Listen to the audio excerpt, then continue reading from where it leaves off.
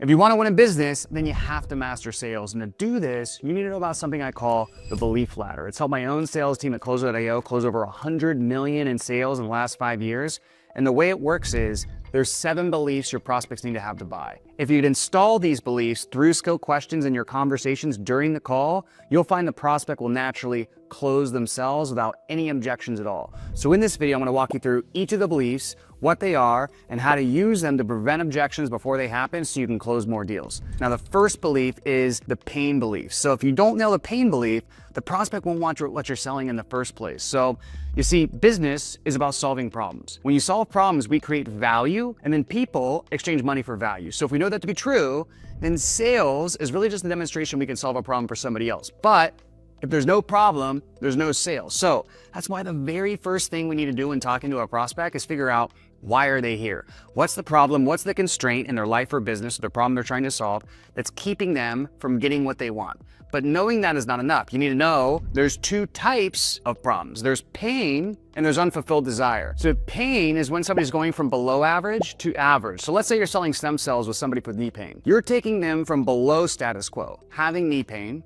to status quo, just having no pain, to average, below average to average. Now, an unfulfilled desire, on the other hand, is when you're taking somebody from average to excellence. So again, using stem cells as the example, maybe you're selling a stem cell treatment, but you're selling it to somebody who's already healthy, they want longevity, they do it once a year for preventative health, they want even better energy. That's going from average to excellence. Now, you might be wondering, do you sell each of these 2 prospects differently? The answer is yes, but more on that in a second. For now, just know that pain is the foundation of your sales process. It's like the foundation of the period, but it won't matter unless you create belief number 2, which is doubt. So having doubt means the prospect believes the outcome is possible, but only with your help. So if they don't have doubt, you get the DIY objection. They're gonna wanna think they can do it on their own. So what you need to know about doubt is it exists in a spectrum, and that's called the buying pocket. So being in pocket means that the prospect, again, has the doubt belief. They believe the result is possible, but only with your help. That's the sweet spot. Now, if they're too far to the left, it means they don't even believe it's possible. That's where you need to inspire them. And the best way to do that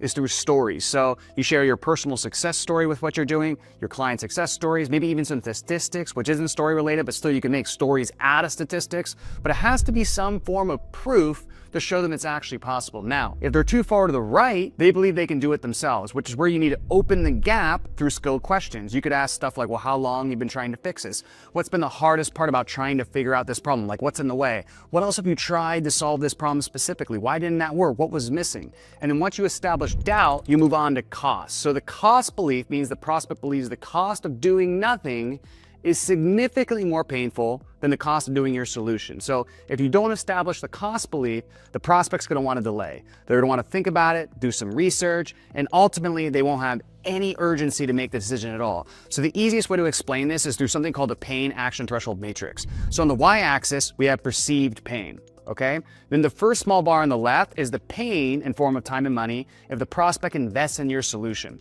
The second bar to the right is the current and future pain of doing nothing. So here's what's key. You do not want to just make the bar on the right slightly more than the bar on the left. You need to make it significantly more, like 10x more, so it crosses the action threshold, okay? So if we can cross that action threshold, that's where prospects go from saying, I want to think about it, to let's do it now. But they'll only do that if you establish belief number 4, which is desire. So think about it this way. Pain, doubt, and cost fuel the prospect's energy to change, but they'll only change if they can channel that energy into a specific desired outcome. So again, it's not enough to create massive pain. You have to paint an exciting future too. So the way I like to explain this is decades ago, Robert Cialdini, the author of Influence, ran a study comparing 2 distinct types of messaging. Both were trying to influence people to get a certain medical treatment. The first message was a pain-only message. So this was solely focused on the negative consequences of not getting a certain medical treatment, emphasizing the risks and so on and so forth. The second message was a pain and gain message, which still had the negative consequences, but also had messaging around getting specific positive outcomes of that medical treatment. So what Cialdini found was the pain and gain message was far more persuasive than the pain only message. This shows it's not enough to just twist the knife. You have to paint that exciting future too. Now, once you've built desire, you need to establish the money belief. Now, before I get onto that, I want to mention something. These 7 beliefs will obviously help you close more sales or help your sales team close more deals and scale revenue.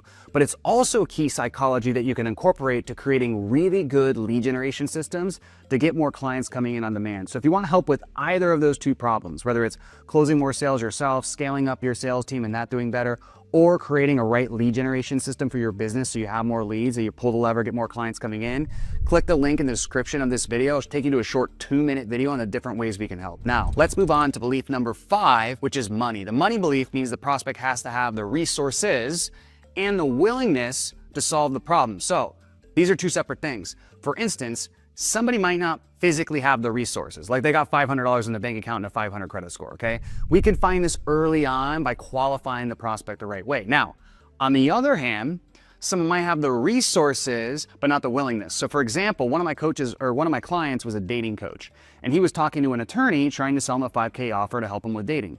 So the attorney, of course, made lots of money. So physically, he had the resources. But at the end of the call, he scoffed at paying $5K to fix his dating issues. So again, he had the resources, but didn't have the willingness. But guess what? Willingness is actually a smokescreen for a lack of cost, which is belief number 3. So that's why it's important to understand, is it a logistical financial objection, or is it a smokescreen for uncertainty, which is a cost thing? Okay. Now, aside from money, once we have that, we move on to the support belief.